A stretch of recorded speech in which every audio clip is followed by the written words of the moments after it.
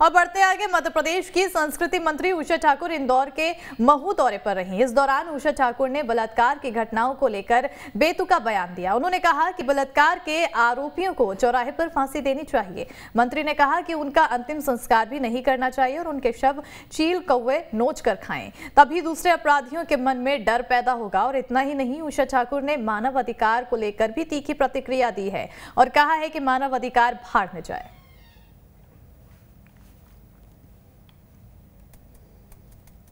मैं ये चाहती हूँ कि एक हस्ताक्षर अभियान चले। होता क्या है, अपराध तो अपराधी ने समाज में किया, उसको फांसी कहाँ मिली? जेल में एकांत में जाके, किसी ने देखा ही नहीं, किसी को पता ही नहीं, किसी के मन में भय पैदा ही नहीं हुआ कि इसको फांसी कब हो गई। लोग की भी याददाश्त कमजोर रहती, हुई घटना भूल गए। मैं ये चाहती हूँ कि बेटियों के बलात्कारियों को चौराहे पर फांसी दे दो और उनका अंतिम संस्कार भी नहीं होने देंगे। लटका रहे तो साले को फांसी पर, चील कौवे नोच नोच के खा जाए।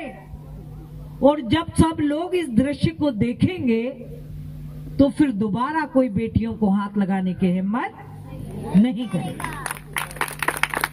सब तैयार है ना?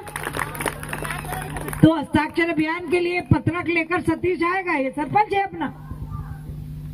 तो हर बेटी, हर माँ उस पत्रक में अपना नाम, पता, मोबाइल नंबर, मतदाता क्रमांक लिखकर हस्ताक्षर करेगी कि माननीय मुख्यमंत्री जी, अपराध तो ये समाज में करते हैं, वो फांसी इनको एकांत में हो जाती है तो इनके दिल दिमाग में दहशत नहीं है। इन्हें चौराहों पर फांसी दे दो और इनका अंतिम संस्कार मत होने दो। भाड़ में जाए मानव अधिकार आयोग। ऐसे नर पिशाचों का क्या कोई मानव अधिकार हो सकता है? तो हम उसमें ये लाइन भी लिखेंगे कि ऐसे नर पिशाचों का कोई मानव अधिकार नहीं होता, इन्हें फांसी पर टंगे टंगे चील कौवे खाएं।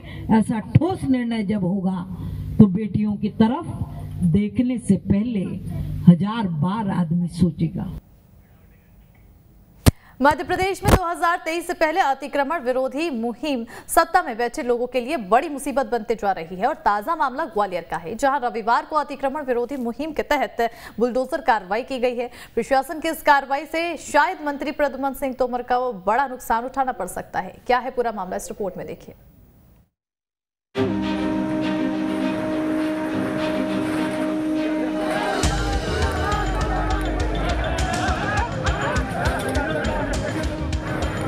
अतिक्रमण के खिलाफ सरकार का अभियान प्रदेश के कई नेताओं के लिए मुसीबत खड़ी कर रहा है। एक तरफ तो सरकार का मकसद अतिक्रमण मुक्त कर शहर को सुंदर बनाना है, तो दूसरी तरफ वोटर नाराज न हो जाएं, उसे साधने की कवायद भी की जा रही है। इसकी बानगी ग्वालियर में देखने को मिली। दरअसल रविवार को अतिक्रमण विरोधी मुहिम के तहत 15 मकानों और दुकानों को जमींदोज किया गया। जिस इलाके में कार्रवाई हुई वो मंत्री प्रद्युम्न सिंह तोमर का क्षेत्र है। अतिक्रमण का विरोध होता देख मंत्री तोमर लोगों को मनाने पहुंचे और अपना इस्तीफा तक देने की बात कह दी। यहाँ खड़े हैं, मैं सबको नहीं बुला रहा कि दूसरे लोगों को संतुष्ट करने के लिए।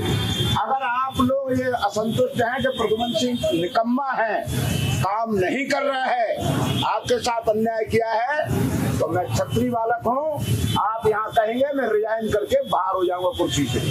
अगर आपको विश्वास मेरे ऊपर नहीं है, मुझे कुछ नहीं कहना, ना से मुझे तोड़फोड़ में कुछ बोलना। आपका लाठी चलानी है, लाठी चलाइए। आपको पत्थर फेंकना है, पत्थर फेंकिए। आपको मुझ पे जूते मारने हैं, जूते मारिए। पर मैं वो ही काम करूंगा जिसमें आने वाली पीढ़ी और ग्वालियर का भला होगा। कहा जा रहा है कि मंत्री प्रद्युम्न सिंह तोमर को इस अतिक्रमण विरोधी मुहिम का प्रशासन ने कानो कान खबर नहीं होने दी।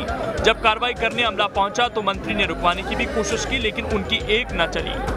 ये किले गेट चौराहे पे बहुत ही सकरा था, तो इसकी काफ़ी दिनों से प्लानिंग की जा रही थी, इसको चौड़ा कराया जाए जिससे कि ट्रैफिक व्यवस्था सुचारू रूप से चल सके। उसी क्रम में आज इसे अतिक्रमण और ये इसे हटा रहे हैं। ये पूरी कार्रवाई इसलिए की गई ताकि ऐतिहासिक किला गेट के प्रवेश द्वार को साफ सुथरा और अतिक्रमण मुक्त बनाया जा सके। वहीं दुकानदार से लेकर मकान मालिक तक इस मुहिम का विरोध कर रहे हैं। लोगों का कहना है कि बिना नोटिस के उनके घर और दुकानें तोड़ी जा रही हैं।